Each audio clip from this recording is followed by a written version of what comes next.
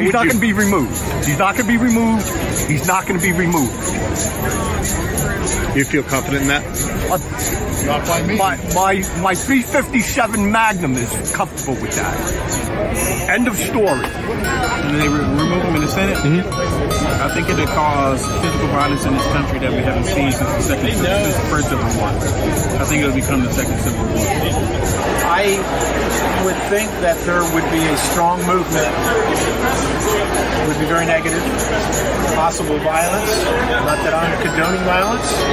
There'll be a lot of mad Americans. Possibly 70, 80 million Americans on the loose. Not very happy.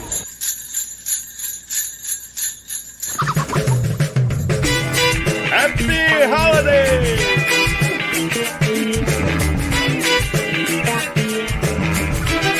Yes, it is Monday, December 16, 2019. Welcome to Raging Chicken's Out the Coop podcast. Yeah, that were some of the lovely people attending the Trump rally in Hershey, Pennsylvania, everybody. That's right. This is Kevin Mahoney, editor and founder of Raging Chicken Press. Each week, I talk to our Capitol muckraker-in-chief, Sean Kitchen, about the good, the bad, and the ugly in state and national politics. Yes, and Sean is back from his Amtrak extravaganza. Yes, he did. He did the train ride, everybody. Woo! It's great. In more ways than one. There you go. Oh, man, on this week's show, it's been crazy. There is way too much to talk about. Especially since we really haven't been together, Sean and I both, for a couple weeks, even though I did the show by myself last week. So lots going on. I am done with my grading, so that's awesome. Number one, fantastic. Number two, impeachment keeps on coming. Crazy. And today's going to be kind of a little freewheeling kind of show because it's going to be our last new show of 2019. We are going to be welcoming 2020 in the next time that we are together. That's freaking awesome. But on today's show, we'll get to some of this. We'll see. Impeachment moves forward. Mitch McConnell makes it clear that he is working hand in glove with the White House to coordinate impeachment trial. And while the House Judiciary Committee approves articles of impeachment, Nancy Pelosi used the cover to collude with Trump to bang through the new NAFTA. And David Dayen, I think, put it best, that it was a Godfather-esque move. I got to read this quote now. This is from David Dayen saying, "In the climactic scene of The Godfather, Michael Corleone attends the baptism of his sister Connie's baby, and as his henchmen ritually slaughter all the heads of New York's 5 families. Corleone tightened his control over organized crime while standing in church, quietly renouncing Satan." Yes, that is how David Dayen frames his discussion of what Nancy Pelosi did this week in colluding with Trump. So that's great. Yeah, well, then, Greta Thunberg, yeah, she gets Time Magazine's Person of the Year, which makes Trump blow a freaking gasket, goes on a Twitter storm, like going on attacks her, and then she just goes hard troll right back. Anti-bullying crusader Melania Trump says Greta had it coming to her. Crazy. And Joe Biden is reportedly signaling that he will only run for one term, even if he gets to this term. Part because he doesn't think he's going to be able to remember a second term, so he wants to make sure that he goes out on a high note. Jeff and Drew decide to switch parties over impeachment, and in response, his office resigns en masse. Despite saying he didn't want no big bank money, Pete Buttigieg's campaign is rolling in it. Speaking of rolling in it, the Center for American Progress is spreading disinformation about Bernie's Medicare for All plan. It shows you what happens when you're searching for a new donor base. Virginia governor unveils a new plan for free community college. Yes, that's Virginia. Heads up, hey, PA. There we go. Of course, it's not what free college should be. It's means tested, blah, blah, blah. But still, it's a step forward. And what the just happened in the UK? And how are corporate Dems going to use it to try to undermine support for Sanders and Warren? And as COP25 climate change summit kind of comes to a close, features dire warnings once again that we actually increased our emissions, that things are not looking good. The good news is that there's a farming boom happening in Alaska. Yep. Time to head to the great white north, everybody.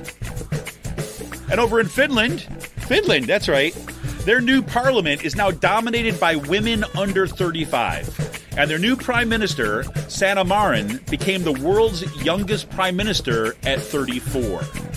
I think that's what we got to do. We just got to wipe the slate clean, folks. Let the young folks take over, man, because we've made a mess of things.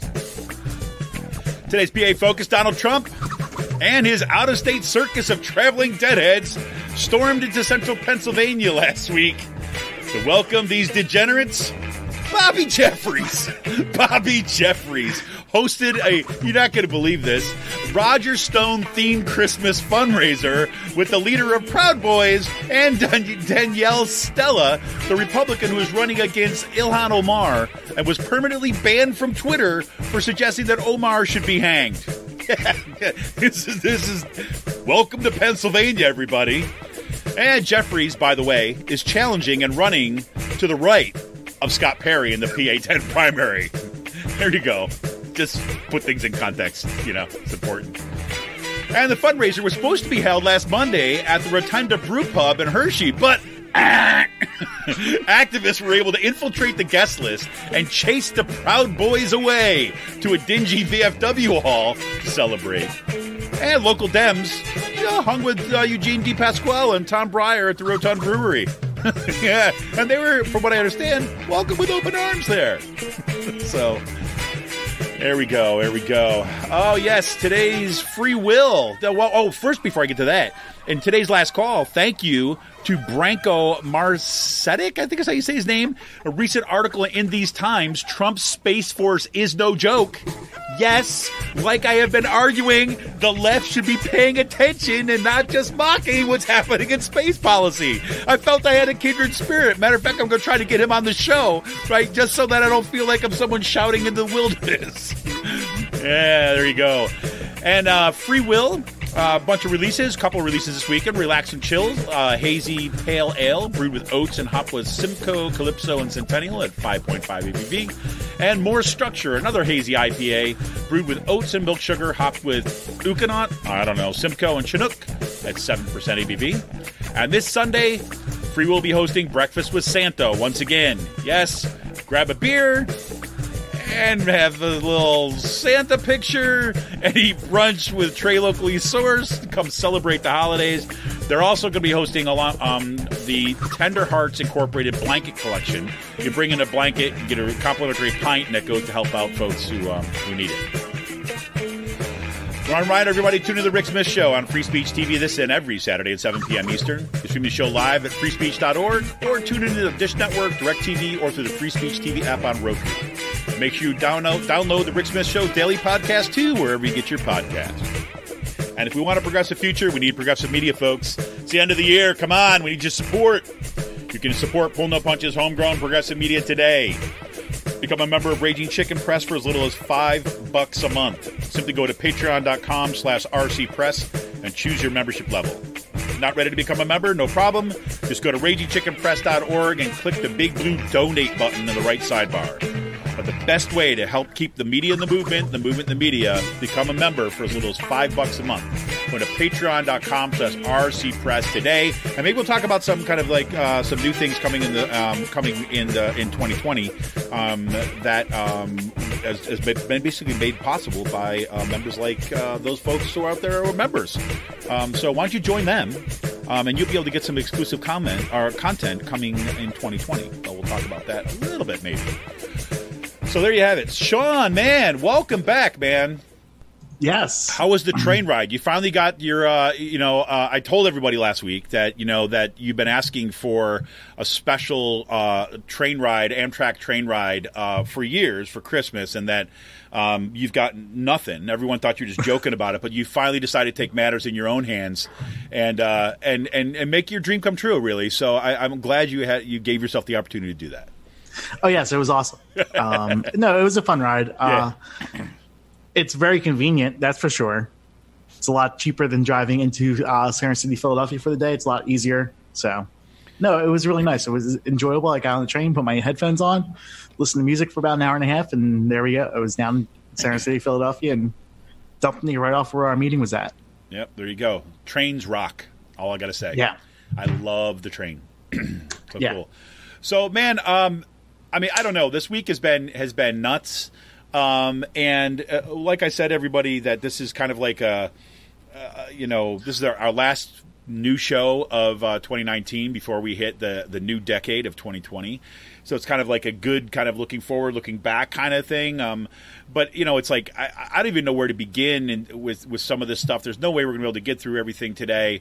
But, I mean, maybe if we could start a little bit with just like, I mean, we're at the cusp of like the articles of impeachment being voted on this week in the full House. We've got a show trial in the Senate that's going to happen. Yeah, basically. And they're, again, advertising it as such. It's like I almost like, okay, so we were talking about this like beforehand, and I'm going to put it out there. It's like, all right, here we go. We're going to do this, aren't we? We're going to do this. All right, let's do it. I feel like it's like, okay, so like it's like Lord of the Rings. Yes, I've watched Lord of the Rings. I've seen it plenty of times, much to your dismay and surprise. Not dismay. I was super happy about it. Flabbergasted. I was. Wait a minute. I guess so. You almost fell off your. But you got to understand, Sean makes a strong dividing line between fantasy and sci-fi. Those are two different things. Just be clear. All right. No. But no, I feel like it's like the scene from like the end of the last end of the trilogy when like the king is just like dousing himself in oil and he is about to just set him and his son on fire and just collapse into sheer mayhem, and he does set himself on fire and he's just like running and he just goes right off like that cliff and into like falls into like the shit in the battle below. Like that's where I feel like we're at like right now. So like, Sean is basically saying like, Happy New Year, everybody. I mean, no, but I mean like that's how I feel like where we're at with like the impeachment. I feel like we squandered the impeachment. Look, not only because the article is going narrow, but there was absolutely no media strategy. Like no paid media strategy, no social media, no Facebook or Twitter, nothing like that happened. Where like every other ad I'm getting on YouTube is the Republicans attacking AOC, using AOC as like the linchpin in this impeachment process and using like that type of stuff to vilify her. And it's like we have nothing like that. Dude, it's almost like our strategy is, well, the facts will fall in place and the voters will decide for themselves. They don't learn. They do not learn. I'm telling you, Sean, I didn't put this in the notes, but I'm reading this book right now by Ann Nelson. It's called Shadow Network: Media, Money, and the Secret Hub of the Radical Right. All right. And I was telling a friend of mine, Mike Gambone, about this the other day. Is like I'm reading this book. All right, I'm listening to an Audible as I'm making my commute, and the one thing that said what she's tracking the kind of the right over kind of long period, particularly the kind of religious right, but basically makes this point: what they understood way back in the 1950s and 1960s about here, is when they start gobbling up radio stations. Well, even before, what they did is they understood that you have political technologies, right? That's how they understood their organization effort. You understand political technologies, and that has a two-pronged part. There is the organizational technologies, and there is the media technologies. And those things are inseparable, right? And we've said this 1,001 times. Go to talk to Rick Smith about this. Rick Smith was the first one who got to put this on my kind of radar years ago, right? Is that the progressives do not invest in the media infrastructure. They will not build things out, right? And there's a lot of reasons for that. But I'm telling you, even funding something as small as like Raging Chicken Press is like pulling freaking teeth sometimes, right? Just to say, people, not that they, to say like everybody should give us money, although they should, but that everybody should basically understand that there has to be investments in the infrastructure that is not about just kind of like creating something that's going to do your bidding. Right, but it's something that is going to build out a way of kind of supporting social movements, and they did this. So reading this book has been making me sick, right? As we're watching what's going on with impeachment, right? And I'll say the other thing I'm going to try. I'll limit this because what's been eating me away, and Sean and I, you've heard us talk about this a little bit in the past podcast, is that this was my argument. This is part of my argument for going big on this impeachment stuff, is because it's about the freaking narrative. It's about establishing the storyline and saying, if you have been going out there and saying this is the most evil president that could have possibly existed in the history of America, right? Go with that narrative. Right? Instead, they go with some freaking bullshit consultant poll-tested idea about Democrats need to show that they're strong on national security. Right? That kind of bullshit. There's narrow impeachment. And then, exactly as you said, no, that's it. That's it. There's no follow-up. And the thing is that by going big, yes, it might be true that maybe they couldn't get enough agreement on emoluments. And maybe they couldn't get enough agreements on, kids in cages as impeachable offenses. Although, God knows why. I have no freaking idea why that's not an impeachable offense, right? But that's what they do, right? I mean, that's you go big, and then if you don't get the stuff in the end, that's fine. But you've established the narrative of that this is an evil man, and that in time for Christmas we need to kind of cleanse ourselves of the evil. Instead, we've got this little technical small argument about Ukraine, and yes, it's horrendous. But guess what? People don't freaking care about Ukraine. And you're also they're getting to the argument where well, doesn't every administration do this? Exactly. Yeah, we've allowed them to muddy the waters to the point where no.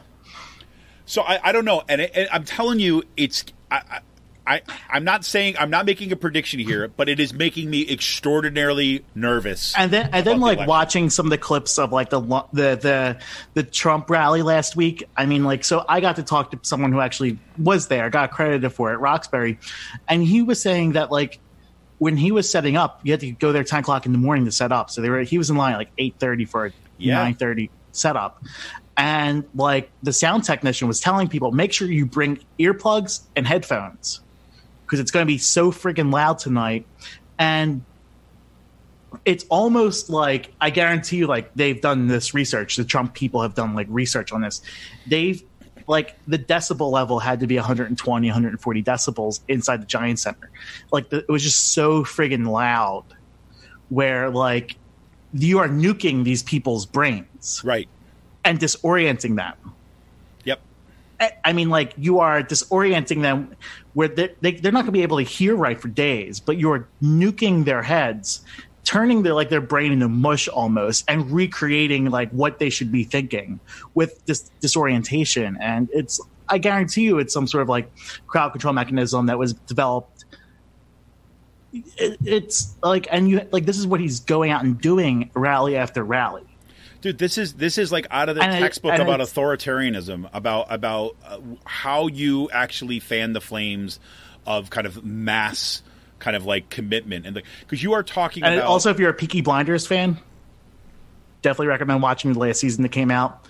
It deals with the rise of Oswald Mosley, so that's all I'm going to be talking about, and we're talking just about this fanning the flames of fascism. It's so eerily similar. It's I'm telling you, this is really, I'm really concerned about it. And to be honest with you, it's I'm not sure kind of exactly what to do. I mean, obviously we know exactly what has to be done, right? The organizing and stuff like that. And thank God for the freaking people who are organizing, kind of doing mass organizing. And thank God for the freaking the youth, man, because it's just, I don't think it is. Because, the Democratic Party, on the one hand, I'm talking about the leadership of the Democratic Party on a national level at this point, is, on the one hand, I agree with you, has basically squandered impeachment, or is squandering impeachment. I don't think it's necessarily bad. If you look at the poll numbers continue to kind of peak up, that more people are coming on.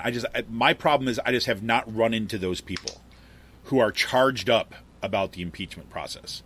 Right, there were supposed to be this week. There's supposed to be rallies, right, ahead of this stuff, which seems like this is coming right out of the kind of Democratic leadership. Saying, we're going to get people out there, and I'm just not finding. I was searching to find, okay, who are the people who are organizing this stuff, and it's just it's not looking good. But anyway, my point is that we know the organizing has to be done, but it concerns the hell out of me because what you have established under Trump is like reason is not going to get anywhere, right? You heard I took just a few of those clips of those people, some of the people interviewed outside of the Trump rally. What they were saying is like they are convinced that this is a witch hunt, and that if they bring him down, it will be a coup. And their job is going to be to come back. And again, whether that happens or not, whatever. But the point is that they are religiously committed, right? They dogmatically committed to this, and that is nowhere on the left. So you do that on the one side. On the other hand, the National Committee, again, even Center for American Progress is part of this, are attacking the most progressive people on the platform. And that is leaving a whole lot of people, and I shared some of this with Sean beforehand, there's a whole lot of people who normally say progressive, kind of liberal progressive, and this kind of more not on the left, but are leaving them kind of like we have no good candidates, and that it's like you're taking away your narrative. No, and you're going after the people that are kind of most fundamental to any kind of victory. We have a good candidate. We got two. Yeah, Joe Biden and Pete Buttigieg. Holy shit. That scares me, man. The media creation that is Pete Buttigieg. Yeah, he's And I am glad like the knives are finally coming out on this guy. Like it was apparent that he had no fucking resume to be running for president beforehand. And finally like his stuff with McKinsey is getting called out. Yep. And like he's getting called out on things for like, hey, you're holding he's like Mike Elk called him out for having a fundraiser with CEO of Netflix, Mike Reed Hastings. Yep. He was a big charter school proponent the day that he's speaking in front of teacher unions in Western Pennsylvania at an education forum on public education. And he's like, no, I'm not. And people would just sound like a robot when he's asking if he's going to take Reed Hastings off of like, well, I have many people supporting me. Yeah. And my positions will never change. He never states what his position is. Yeah. He never comes out and makes a definitive line. He just says, it's the same old bullshit, right? Billionaires funding my campaign don't influence me. Yeah, you know what? You know why billionaires doing that? They're not trying to. It's not like I'm going to go out and influence it. They already know that you're on board the good ship Lollipop, and they're going to freaking like sink the money into that ship and like bolster that up. That's what that's about. Yeah, they're not fools. Yeah, no. So, but I mean. It's good. It's good to see the knives are finally coming out after him. And, I was kind of disingenuous with the response that like Kamala is a cop, sunk Kamala Harris's campaign. I think it just showed pretty much from the beginning, like she just did not have any organizational structure. Yeah. But like, I think that like Wall Street Pete is actually something that can sink a campaign. He is Wall Street Pete. It's pretty simple. It's sweet, simple, and to the point. Yeah, and the fact that he worked for McKinsey, right? I mean, he's like, there you go. I mean, it's on his freaking CV. Yeah. Yeah, and like, so like, and you work with McKinsey while you're breaking the postal union and stuff like that. So, yeah. Well, and then, on that score, like, I think I got to give credit, give some quick props to Elizabeth Warren this week because she was being goaded to kind of like go after Bernie and kind of undermine Bernie, and she refused to do it. She said, "Look, I've been friends with Bernie since before I was running in politics, right? And I'm not going to sit here and say that draw the lines between the two of us, which I think is a smart strategy. And I think that at some point, I'm hoping the two of them are going to get their heads together and figure out how they're going to capture the progressive caucus, basically the progressives in the party, the Democratic Party, in order to kind of win this election. Because I think that's our only hope at this point. So, yeah." But I don't know. So there you go. So so it's been quite a week. So that's really been dominating everything. I mean, there's been again Trump trolling Greta. You've got that going on. You've got Biden basically saying, "Hey, maybe I'll only run for one term," right? As he's kind of like sending his check to the retirement homes. Like that's like I mean that's. I think that right there just like is so fucking bad of a campaign tactic. That's almost as bad as announcing your running mate at this point. Right, exactly. I mean, you like me? I promise that I will not run for a second term, I might not even get through my first term. Yeah. I mean, like, that pretty much means you're going to hand the seat over to who? Like Kamala Harris or something like that? Like, I mean, we were talking about this in a group chat, and we were talking about Biden with this. Like, guys, we're Democrats. We're going to find a way to fuck this up. I'm telling you. I do not like to say this at all. And this is how I'm feeling about 2020 at this point. So, well, okay, so let me say. So this is one of the reasons why I decided that I don't know if I'm just being too cynical at the moment, but yeah. Well, let's stick a pin in it, so to speak, right? I mean, saying like let's recognize this feeling and acknowledge it, because I think it's at the very least a concern. I mean, it's not written in stone. There's a lot of things are going to happen. I do think that we're going to see some changes once we're actually going to get some of the primaries and caucuses happening, and I think that's going to clarify some of the.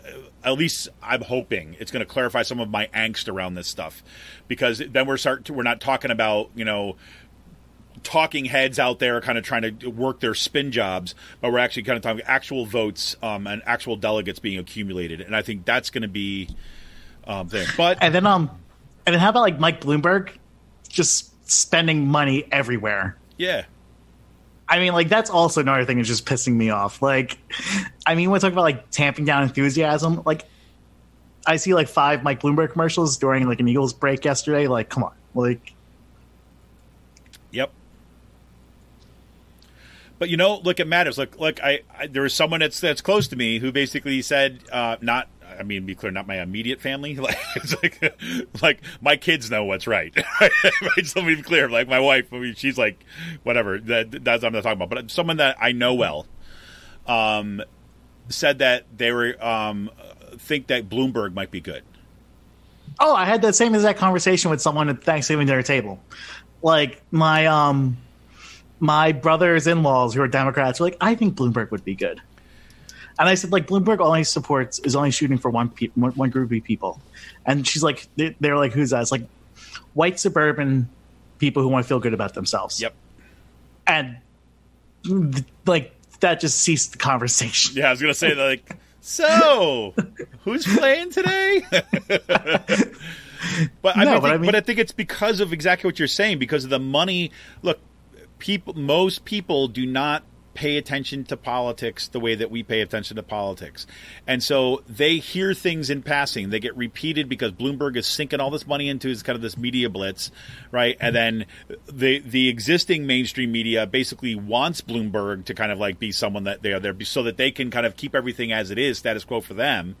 Right, so that he gets a pass on anything kind of more difficult, and then people start to think, oh yeah, maybe he is legitimate. No, he's not.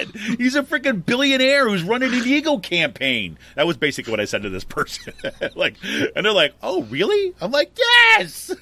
He's universally hated outside of the Northeast, and not even liked in the Northeast.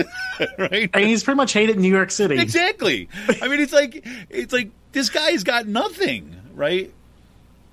Oh God. Anyway, so that's so I hope. So one of the things that we're going to do, so like I said, this is the last. Sorry for such the down conversation. I know. I didn't want to do this, but it's like I can't stop myself. But for one of the things I wanted to do for the like I said, it's going to be the last news show of 2019. Is that so? Basically, I've been going back and looking at listening to some of our shows from kind of early on, and I'm going to kind of post some of those out while we're on break, right? Because it's worth remembering the kind Clinton like, hey, Clinton's actually going to lose this thing, like back in August of 2016. I have not like listened to those ones yet, just for my own sanity until I finish my grading and stuff. But I'm going to go look at those because I'm worried that it's going to like bring on the depression. But it's like like, there are plenty of podcasts in the summer of 2016 saying, "Man, we're really going to fuck this up." I know. But more or less the ones that we're focusing on, the movements that emerged, right? Because I think it's so important. I can't even tell you how important it is, at least for me personally, but also I think for who we are on the left to kind of like remember how much amazing stuff has happened, right? And that the Democratic Party is that is not where we need to put our faith, right? Our faith is in the movements and in each other. And the Democratic Party, the leadership of the Democratic Party is doing its best to fuck shit up, right? We can't repeat that, right? I mean, we need to keep our eyes on the prize about building the movements out, because regardless of what happens in terms of like who's going to win the Democratic primary and who gets elected in 2020, the only thing that gives us any hope is the building of the movements. And I think this is why, stuff on climate is so freaking important, because that is the way that you keep your eyes on the prize. Unless we're going to have fundamental transition away from the kind of society that we have right now, right? That's based on fossil fuels, that's based upon extractivism, that's based upon kind of massive inequalities. Unless we change that, we're doomed, right? So that's the kind of thing that we got to keep that big picture in mind, not the kind of like ideological kind of purity test, that bullshit that happens on the left so often, but how it is that we actually kind of like build power. And that's the long-term game, and that's what we got to keep kind of reminding that. It's that we cannot – this is not a religious organization that we put our faith in some freaking candidate as a next messiah like people did with Obama, but that we keep our faith in ourselves, right? And that's why I was looking back at some of the podcasts when we're actually focusing on some of the amazing stuff that was going on the ground and continues to go on, even though it's not in the major headlines, because we got freaking impeachment everywhere and everything like that. So I'll say that. So that's what I'm looking for to kind of release over our little break, so that you will have some content kind of over break, and hopefully that will do what I'm hoping it'll do, right? And kind of give us some fun. And I'm also going to go back to some of our I started looking at some of our very first ever podcasts, right? When Sean and I were just freaking stumbling through, like trying to figure out how the hell to do this, just for fun, just for fun. So there it is. One of the things I thought was amazing is I want to talk about two things. One, I just want to mention this.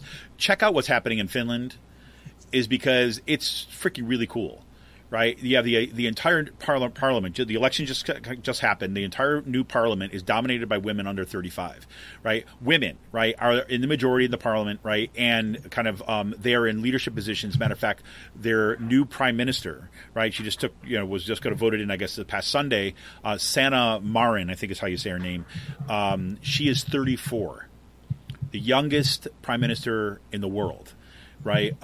And Finland is kind of basically showing us a little bit about what it means to kind of have faith, right, in the next generation, right, and then to put them in leadership position and to take those leadership. And so that's just really exciting.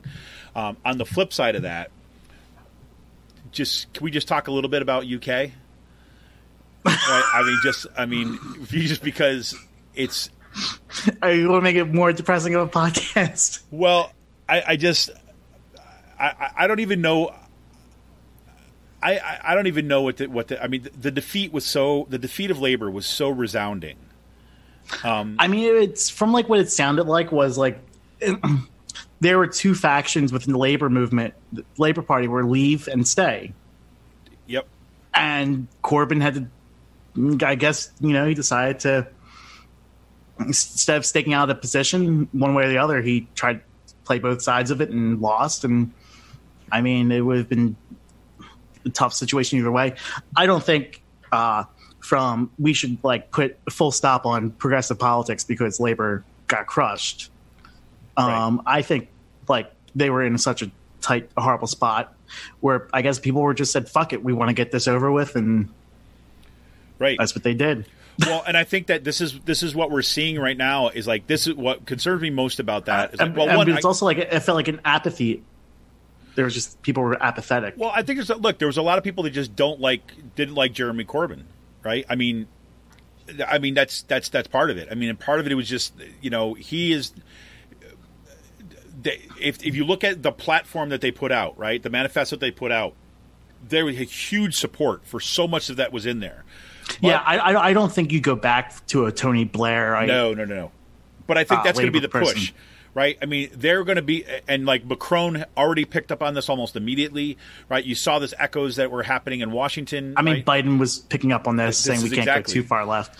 Right. But like, look at Macron. Macron has a fucking general strike going on right now, so I don't think he's in any better position. No, but he's going to use that and say, like, look, this is the vestige of like a dying political movement. That's what they're going to use this for. And like, again, that's the road to long-term disaster. I mean, again, think about climate, right? And you put it in this context. These are the people that helped get us where we are now, right? So that's going to be something that we're going to have to follow into the new year, because that was I was surprised. I mean, I was talking to some people, so I have some friends over in the UK, and basically they were just like, what the? And like literally, like I guess we really, there's not much we can say that about Trump anymore, is there? Right? And then meanwhile, you got the huge victories of the Scottish National Party.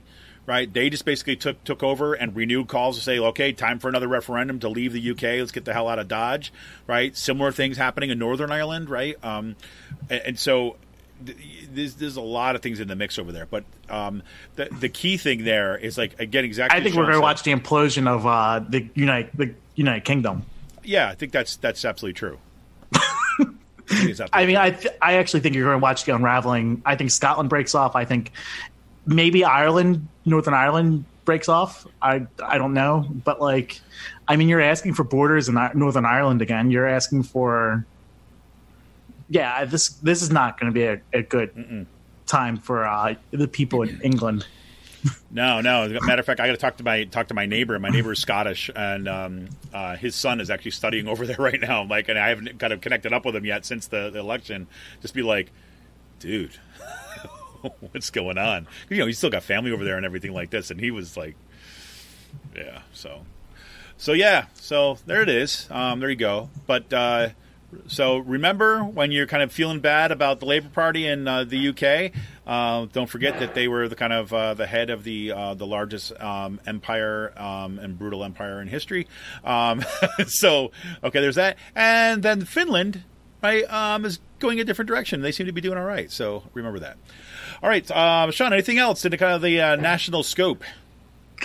No, me either. Really. I want to end. I'm going to keep my any other kind of negative thoughts there, but keep a hopeful outlook. So, all right. So when we come back, we're going to take a look at, I don't know, what is happening in the PA area.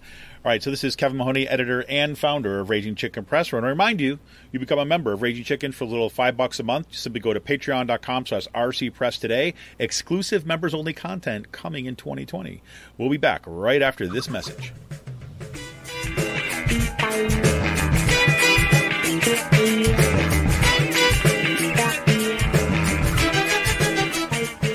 I'm Rick Smith, and this is Labor History in 2. On this day in labor history, the year was 1977. That was the day that 8 women in Wilmar, Minnesota, stood up for their rights in the workplace. The women worked at the Wilmar Citizens National Bank. These women were paid considerably less than the male employees. The only female bank officer made $4,000 a year less than the men she supervised.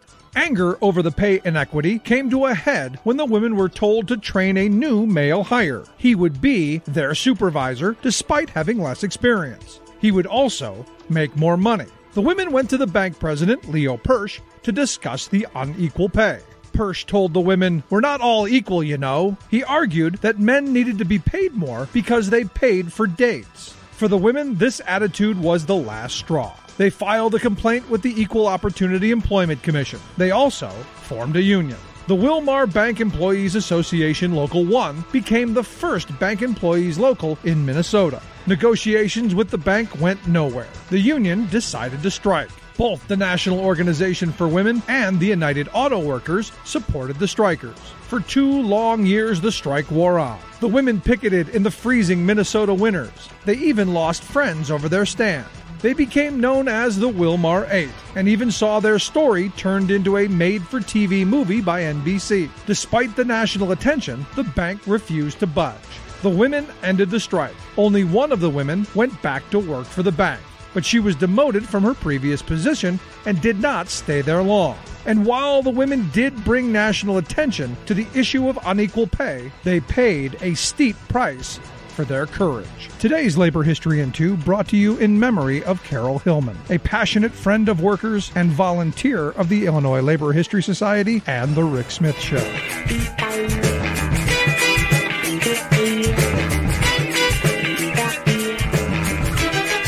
Welcome back to Raging Chickens Out the Coop podcast in RPA focused. Oh, Sean, man, just always seem to be in the right place at the right time, right? Just kind of like greet people from out of state, welcome them to the Pennsylvania, and saying, we hope you enjoy your stay here.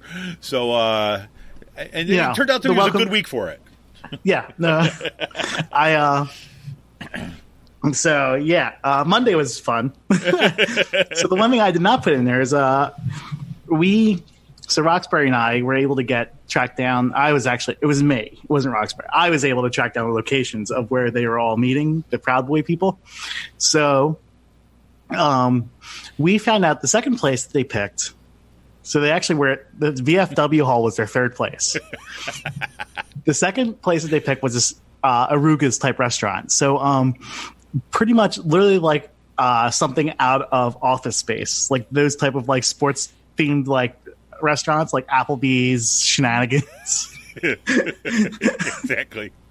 So literally like we get wind of this. We show up like 20 minutes before like they're supposed to show up, and we're sitting at the bar by the window, and I'm like, so we're sitting at the corner of the bar where like Roxbury's looking through the atrium windows into the atrium with like the place, and then I'm looking like out the front windows. so we got this like staked out, and like the managers caught wind of this, and within like 20 minutes or 15 minutes, like someone in a MAGA hat comes out and with a fash haircut, and fash haircut. The owners knew about this, like the managers did, and the managers were not going to have any of it because like they were black and they were not. Yeah, right. But like they were also like but they also like said they were going to treat them as regular people too, like they have to because of their job. But ended up they were talking to the host to tell anyone who comes in for this Christmas party that they're at the VFW down the street. So, and he's talking. We've been sitting there for like, we've been watching this guy for like 5 minutes. So I just turn off my cell phone and I just start recording him as he's talking. And he turns around, I was like, oh, so you're here for that Bobby Jeffries party? And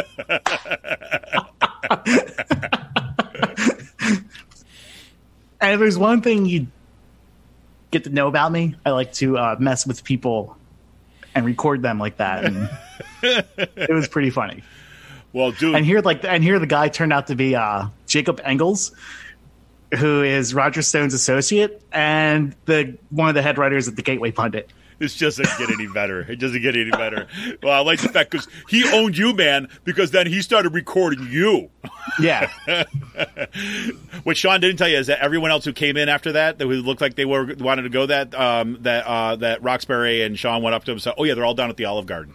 No, that didn't happen. That would have been awesome. This way, Olive Garden. So, like, this guy was so freaking dirty, they hired a constable.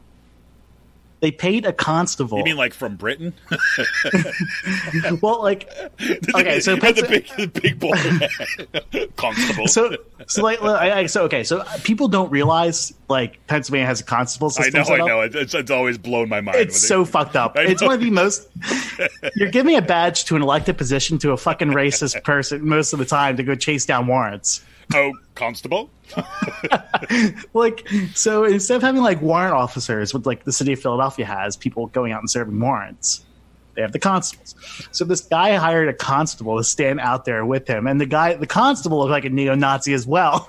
Oh my god! Like, Roxbury's like, Jesus, there's a constable out there. He's like, oh, well, that should be good. And he's like, no, these people are ridiculous.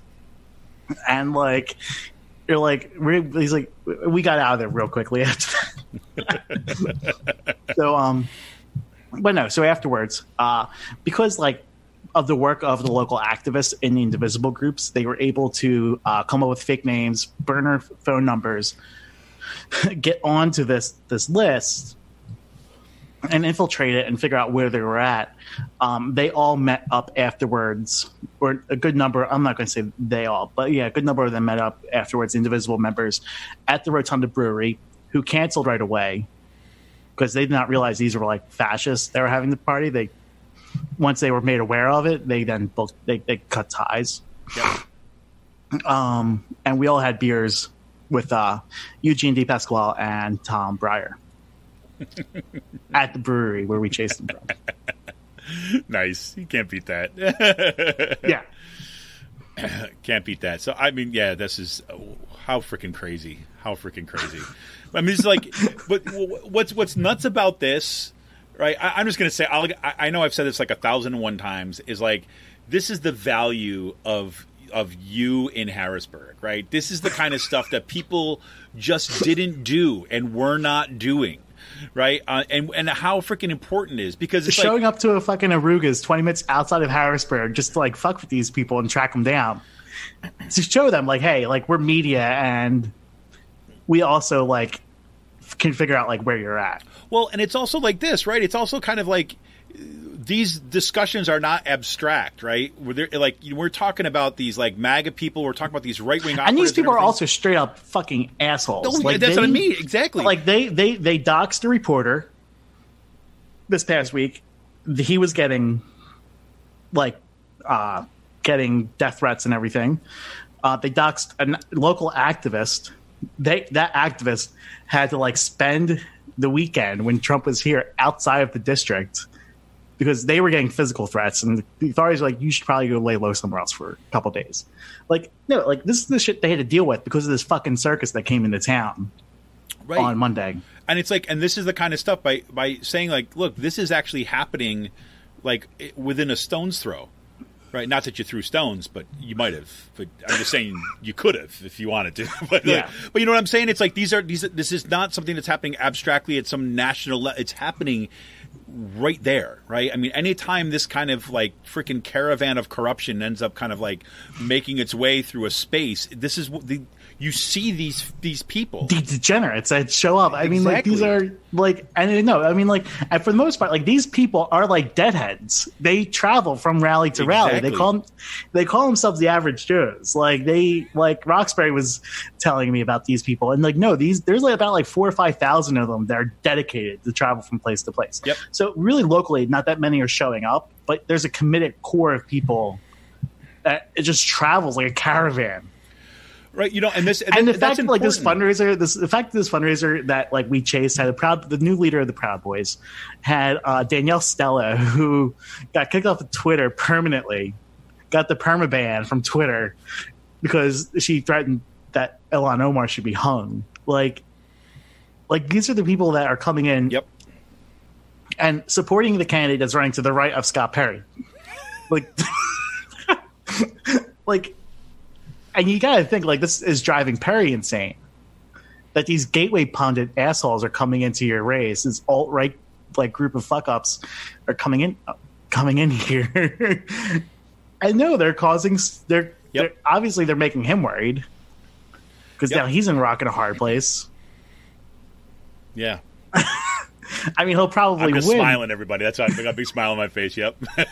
No, I mean, like he'll probably have to make him. I mean, this dude Bobby Jeffries is running because Scott Perry in his eyes is not supporting Trump enough. Right. He's only got like a 93% like voting with Trump record, or 95% or something like that. Not 100%. There is no room to question the glorious leader. I mean, that's where it comes from. But. Yeah, no, like these are these people that are coming. Yeah, so I mean, well, you know, I was always reminded. You talk about this, like, you know, the like the average Joe's, like this traveling caravan that kind of follows Trump around and goes to these rallies and stuff. And I'm always reminded of, you know, when like Sam Cedar talks about this on the Majority Report from his days in directing. Right, you talked about the reaction shot. right? So then part of like that, basically what that means, say like there's a scene in a movie or something happens, right? That what the audience is looking for is how other people are reacting to that scene, right? So if somebody has, like, when an actor kind of delivers a line that's supposed to be really meaningful, what the director is doing is making sure that the other people on that scene are reacting in the way they want the audience to interpret that, right? It's the reaction shot. And this is really important in politics, too, as well, because you're saying is that if Trump goes someplace, right, and he's saying this craziness and it's, like, kind of quiet, right, in the audience or whatever, or it's, that gives information to people like who see it secondhand, right? Information that, oh, maybe this is not as thrilled. But you got, a few thousand people that are showing up at all these rallies and that are kind of ramping things up like crazy, right? That is giving an impression to everyone who sees that about like the level of engagement, right? And can lead to kind of like, getting people off the sidelines, some other nut jobs off the sidelines to join that bandwagon. So this is where that, these dynamics are real. What we're saying is, we start talking about this in 2016 and 2017, like when the Identity Europa fires went up. Like this is the alt-right, like forcing themselves into Republican mainstream politics. Yep. I mean, like this is what the Bobby Jeffries fundraiser was all about. Like these were people who were fascist white nationalists who are trying to force themselves into the mainstream dialect of the Republican Party. Right. And the fact that there are some Republicans, and I do not feel bad for them. There are some Republicans that are kind of like are disaffected now because of Trump, right? Because there may be more kind of center leaning Republicans, although show me one. But the fact that their lack of enthusiasm, right, is an opening for people like this, right? So yeah, I know, and you're already saying like these are the people filling in the void in Philadelphia where there is no Republican Party, in the Southeast where there is no Republican Party, where the Republican parties that just got decimated. Like these are the people who are going to be filling in the void on the local level. Yep. So like you go to these Trump rallies, you see these white nationals there. That's going to be your local committee man for the Republican Party someday. Man. Crazy. Well, how's that make you feel? Yeah, it just makes me feel all warm and fuzzy inside. But it makes me feel like I can start day drinking real fast. That's what it's like. But if you haven't checked out Sean posted the video of that whole engagement that he was talking about at the time. It's freaking hilarious. It's just great. He asked me what my name was. It was like we're not on a need to know basis, and you don't need to know.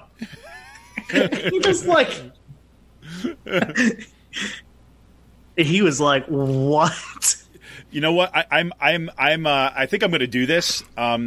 There is my brother and sister-in-law bought me this for my birthday a while back, right? So it's a T-shirt, and it says "Make America Greta Again," right? and it's like one letter flipped around, right? So I want to make hats like that. The red hat with what "Make America Greta Again," just to mess around. It would be a lot of fun. So I might be doing that as a holiday project just for joy. So we'll see. Although it's like the problem with doing that is I keep thinking about you get like people look and then they start realizing it and then you got to run. Right? It's like half the time with these people, but crazy. All right, man. Anything else going on in PA? Well, I guess I got some happy news for 2020. Oh, here we go. We're gonna have some awesome candidates stepping up in Central Pennsylvania. Dun dun dun dun. I mean. Yeah. No, it's not going to like spoil anyone's announcements yet. But I've been talking to a bunch of people who have been, running, just seeing them around, and who are stepping up to run this time around. There's going to be some serious cash coming into Central Pennsylvania, especially on the Democratic side. One of the things that the Democrats or groups of like America Votes and others have been doing over the past few years is specific when they target a congressional district. They also target the House and Senate seats within that congressional district, the down ballots. And, Deep Pasquale's race is going to be one of the biggest races in the country. You're going to see the most money coming into it. And that's going to trickle down and benefit the other candidates. And we're going to be seeing like millions of dollars getting spent in Central Pennsylvania this year. Yeah, to get Democrats elected. So bring it. Bring it. I want to see it. I'm not saying they will get elected, but central Pennsylvania is quickly becoming the DC suburbs, the Richmond suburbs. Like, the Harrisburg suburbs are changing real quickly, and it's only a matter of time where we're looking at central Pennsylvania as like Northern Virginia. Yep. Well, I'm telling you, and you look at what happened in Lancaster, right? You look what happened in York, right? And some of the campaigning around that. You look at Jess King's campaign, for example. You look at the the anti-pipeline stuff that was going on. This is that all happening in places where people have written off. Right, they want to make that easy dismissal of like, that's within the kind of like Alabama, Pennsylvania part, right? But there is really, really cool stuff happening.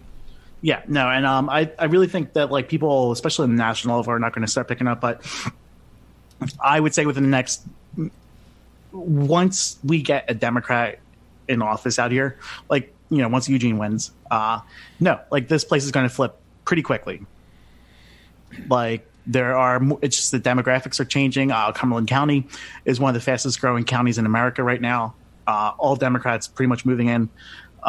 We have expanding immigrant communities from India, from Pakistan. They're coming in. There are a lot of hospitals coming in right now. This place has changed a lot over the past 4 years, especially since the last election. And we may actually see like the central Pennsylvania, Harrisburg, Cumberland County area go blue in 2020. That'd be freaking awesome, man. That'd be freaking awesome. And once that happens, it's done. No, exactly. Well, I do have actually one, I guess, positive kind of thing to say about Pennsylvania. It's like the Board of Governors of the Pashy state system approved the contract that was negotiated between Pashy management and Abscuff leadership, right? But showing that actually when labor kind of colludes with management, actually things can get passed, right? Because we all know that interest-based bargaining, when you kind of put aside differences and conflicts between management and you get around, you just kind of get to know each other, right? That good things can come of that. And then everyone can be happy. Even if your membership has no freaking clue of what the hell happened in the process, things can happen, right? And all I'm going to say is that I just hope a good book deal comes out of that. They can talk about what it actually looks like for management and labor leaders to hold hands and actually go in boldly into the future together, right? But whatever. It did happen. The contract was approved. Yeah, whatever. We'll see where that goes. Stay tuned. Mark my words right now. The reason why that contract went through in that way and everything was hunky-dory and everything was kumbaya is because the hammer is going to come in 2020. If you don't believe me, stay tuned till the first kind of rounds of retrenchment come in April, and then the second rounds come in August. And if I'm wrong, then I will say I am wrong publicly. I don't believe it. I think that's what's going to happen, and I think that's what the setup was all about. But we'll see. That's my happy news for today. All right. This is Kevin Mahoney, editor and founder of Raging Chicken Press. We will be back right after this message with today's Last Call.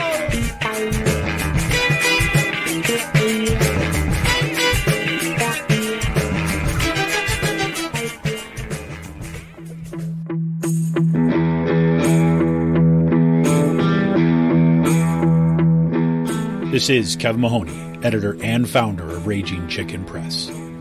For the past 7 years, Raging Chicken Press has brought pull-no-punches, progressive reporting and commentary to the interwebs.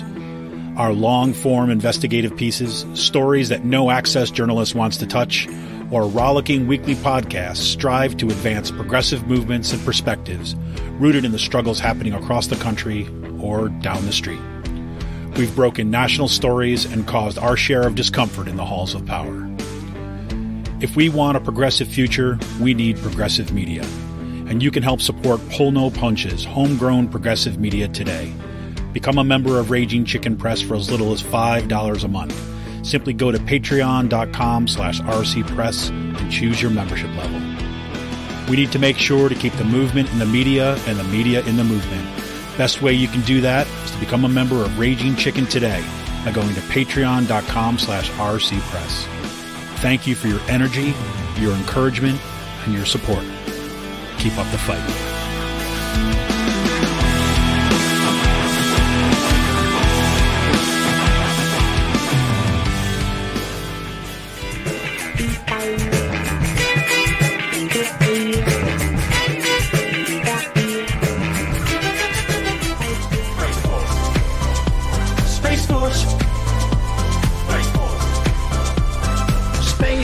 Space is a war-fighting domain, just like the land, the air, and sea. Yes, everybody, it is today's last call, and Space Force is out in front. I felt so freaking vindicated this week. When I saw "in these times," I couldn't believe it. I had to refresh my browser and make sure it wasn't a hack. They had a great article called "Trump's Space Force is No Joke," right? I do have to say, and the Democrats voted for it. Yes, they did. They did. All part of the kind of of the Michael Corleone move that Nancy Pelosi kind of took place. Make sure that you get all the bad stuff through, while the cameras were focused on the fact that she, said, "Hey, yes, we're going to have articles impeachment," and then everybody was writing up their story, and she just snuck down the hall a little bit and passed the new NAFTA and all this other stuff. Got behind it. It was great. Actually, this is actually an article that was published actually in October that I just missed it. There was some recent updates, right? And the reason why it kind of came back up in the feed, right, is because the Democratic-controlled House passed this, right, a $738 billion defense bill that included the creation of Trump's long-sought Space Force. So this was kind of brought back up to the top of the feeds precisely because the funding was now there. And I think that I just want to read just a quick piece of this because this is exactly right within kind of my frame. I have some differences in terms of what I think the scope of this emphasis, but so in the rush to heap scorn upon the Trump administration, the president's critics sometimes miss the forest for the trees. Such was the case in June when Donald Trump announced the creation of the so-called Space Force, right? The sixth branch of the U.S. military. Critics mock the idea as ridiculous, stupid, or part of the imaginary space war. There's no threat in space. Who are we fighting? Asked Stephen Colbert. Vox wondered if the Space Force could carry lightsabers. Right? It was easy to miss the idea was not uniquely Trumpian. It poses a real threat. For all intents and purposes, a Space Force already exists in the form of the Air Force Space Command, a 36,000 person division of the Air Force that's been operating since 1982. Now, the thrust of this article, this is Branko Marcetic, I think is how you say his name. Specifically the focus on the kind of the military aspect, and this is actually getting real. As a matter of fact, there's just been signals now from China and from Russia, I guess, really looking at the war capabilities in here. So this stuff is absolutely real. But we've got to remember, we are in kind of like neoliberal kind of like fanatic capitalism at this point too as well. So the kind of military industrial complex and that whole kind of like warfighting thing is always paired with extractivism, right? And kind of like the expansion of unregulated free market capitalism, right? So those things are happening together. Right. And I am going to do my best to kind of track this guy down and see if I can get him on the show kind of to talk a little about this stuff, because I do think it's important and it's going to be one of my features for 2020, regardless, because you know why? I actually need something sane to talk about. Right. And something that feels kind of joyful in some ways that is not strictly about the shit show that's happening in our official politics. But this is really interesting to me anyways. But so shout out in these times. Thank you for putting it. Made me feel good this week. Just thought I'd say that. So, see, Sean? Space is real.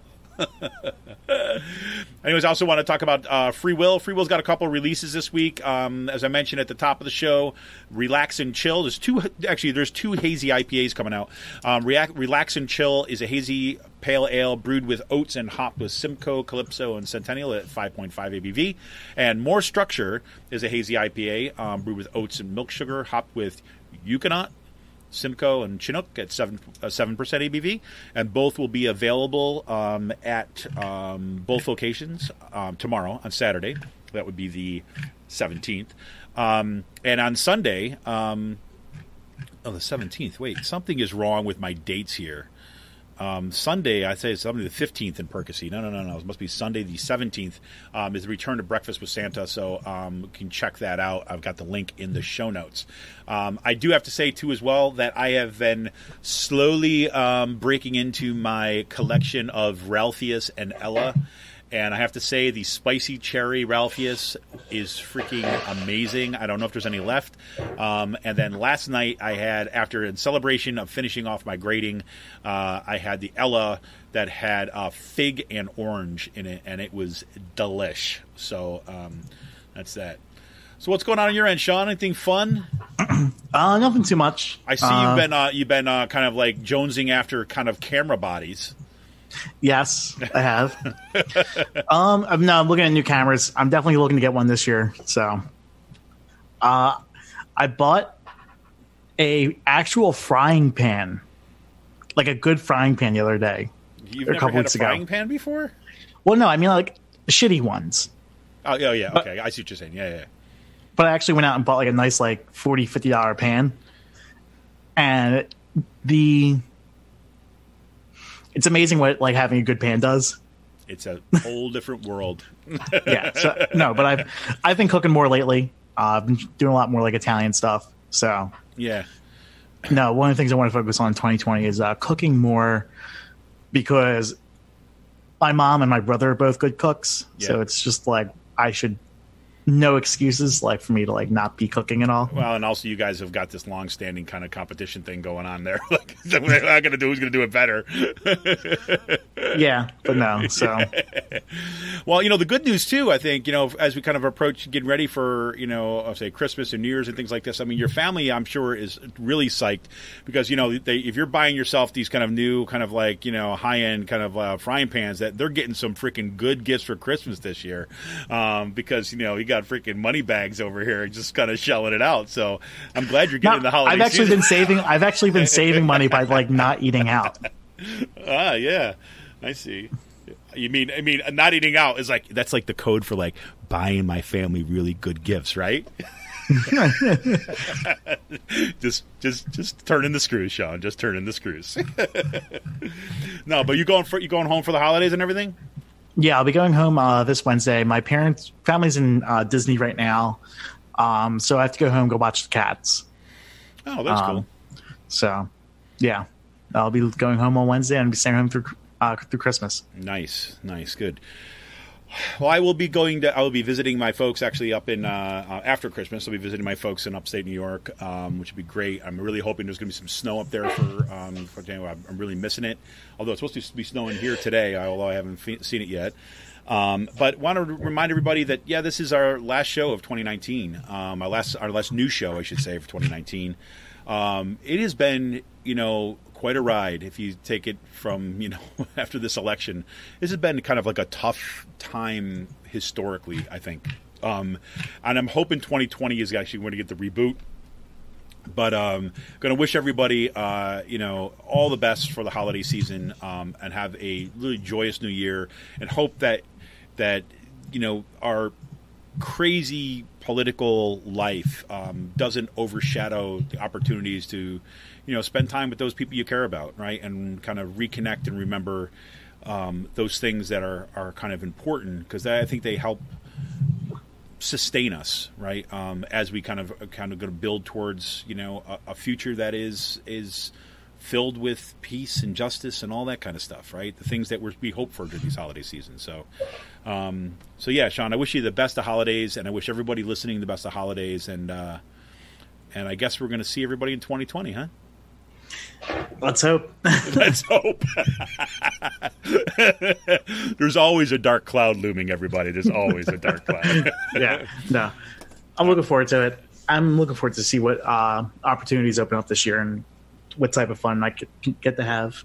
There you go. Well, everybody, happy holidays. Here's a happy new year. Reminder, you're going to have some, maybe 1, 2, maybe more. We'll see how far I get into it. Give you some kind of like from the archives of past Out to Coops, some stuff from the early days, and some stuff for reminding us of the movements and the power of our movements, and then maybe some fun things too. I am probably going to have some well, I'll talk about that in the new year, actually. So instead of giving you the, we've got some cool things I'm going to kind of try out in the new year, but we'll talk about that when we come back in 2020. For now, I wish everybody happy holidays and happy new year. Sean, have a great holiday season, man. All the best to you and your family. Safe travels and all that, and we'll see you in 2020. Thank you. You as well. All right, here we go. This is Kevin Mahoney, editor and founder of Raging Chicken Press. Go to patreon.com/RC Press and give us a Christmas present, everybody. So remember, happy holidays.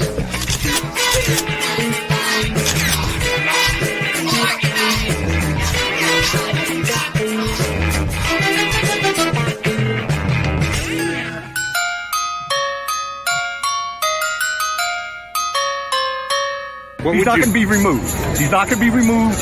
He's not going to be removed. You feel confident in that?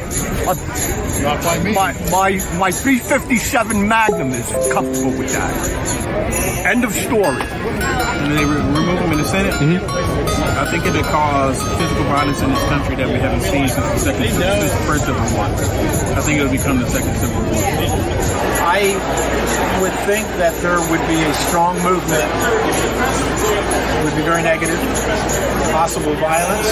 Not that I'm condoning violence. There'll be a lot of mad Americans. Possibly 70, 80 million Americans on the loose, not very happy.